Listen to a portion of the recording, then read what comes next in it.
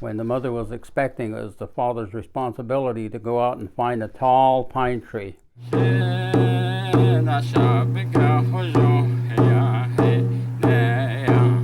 This here is the cradle board. It's not so much the traditional, because the material used to construct this cradle board is was not cloth originally, and the original cradle boards were made from pine.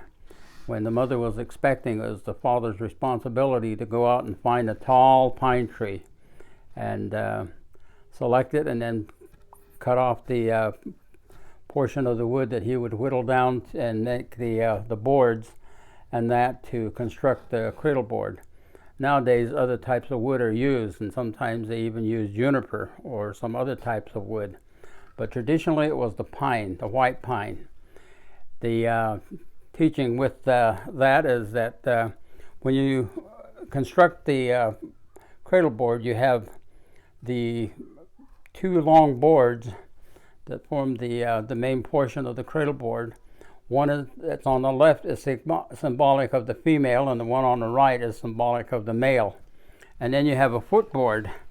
The footboard actually is considered the place of Mother Earth, and there's a guard that goes across the front, and symbolic of the Neek, it is what they call it, which is to protect the face of the baby if the cradle board should ever fall over. And there are other things in that associated with the teachings. The zigzag pattern when you lace the baby into the cradle board is very important, because it is symbolic of that baby will be reproductive as it matures. And the lightning also is symbolic of the teachings of the lightning between Mother Earth and Father Sky, that the reproduction of vegetation would not occur if there was no lightning. If there was no lightning, there would not be any more vegetation. So that's very important as a part of the teachings of our people. The other thing is the name. Weitzan is what they call the cradle board, but it's also a name for the plant that is used. The bark of the cliff rose is what is used. Sometimes people think it's the bark of the juniper, but that's not correct. The cliff rose bark was actually a trade item. When you prepare the bark of the cliff rose properly, it is like silk, and that was used for the bedding in the cradle board. So it would be a nice place for the baby to be laid down in and tied into the cradle board. But also it was used as a diaper lining. When the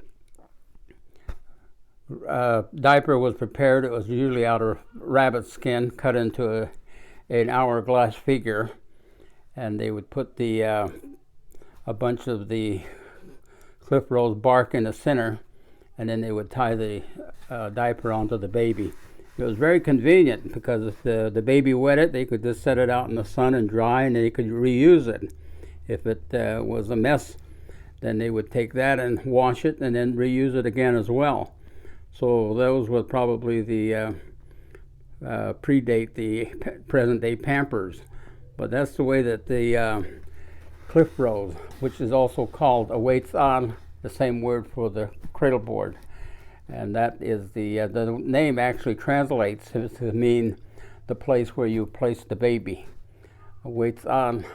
When you transport the baby, there usually is a way to tie the cradle board onto the horse along the side, usually on the front of the mother's as she rides on a horse, or you could just put the baby on the horse as the feet down toward the earth, and that would be a good way. But to carry the baby, sometimes you could just put the baby on a strap and then tie it to your back and carry it like a backpack.